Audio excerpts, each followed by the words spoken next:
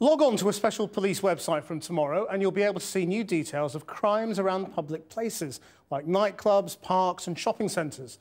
The Home Secretary Theresa May said adding new details to the crime mapping website, which covers England and Wales, would help people hold their local police to account. By the spring, the site should also reveal whether the criminal was arrested, charged and sent to prison. Well, our Home Affairs correspondent Andy Davis has been looking at this. And how's it going to work? What's it going to tell us? Well, one of the government's big themes on police and crime is the notion of empowering the public, and they love their crime mapping website, which they say is a perfect illustration of this. This is the website. Anyone can access it. The way it works is you type in your postcode, in this case the postcode for the Home Office. It then takes you to a broad geography around that area with a synopsis of the categories of crimes recorded by the police for one particular month. If you zoom in on a particular street, in this case a street next to Scotland Yard, it'll show you that in or near that street, in 1 month, there was for burglary 1 incident, for antisocial behaviour 1 incident, public disorder and weapons 1 incident, and other theft 1. Now, apparently, there have been 450 million hits to this website since it was launched last January. And it's apparently the most visited government website of all. So Theresa May today announced that they were going to take it one step further. Tomorrow we'll launch the next stage of crime mapping, in which we'll start to map crimes to or near a range of public places like railway stations, nightclubs, parks and shopping areas. By May, crime maps will show the public what happens after a crime has occurred, what action the police took, and what the criminal justice outcome was. You'll be able to see if the criminal was arrested, charged and sent to prison.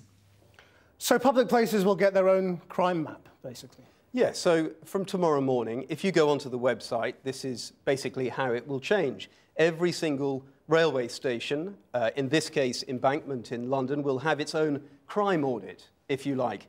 Shopping centres. Tomorrow morning, if you go onto the Arndale Shopping Centre in Manchester, you'll be able to see that in November last year there were 23 cases of shoplifting recorded, and it's going to spread to other public places. Tomorrow they'll say that it'll apply to airports, sports clubs, supermarkets, hospitals, prisons, even that's an interesting one, and parks.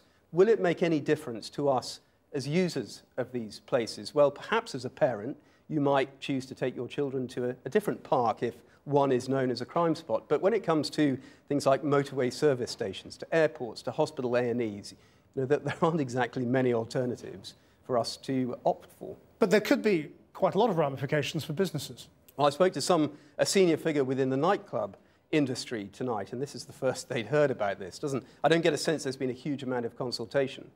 And she made the point that if a nightclub owner now knows that their club is going to be recognised or highlighted publicly as a particular crime problem, then is it going to trigger reluctance on behalf of that club owner to engage more with the police, to report incidents of antisocial behaviour or crime to the police? And in that sense, could it defeat the whole object of this exercise, which is greater transparency about crime levels in particular areas? Andy Davis. John.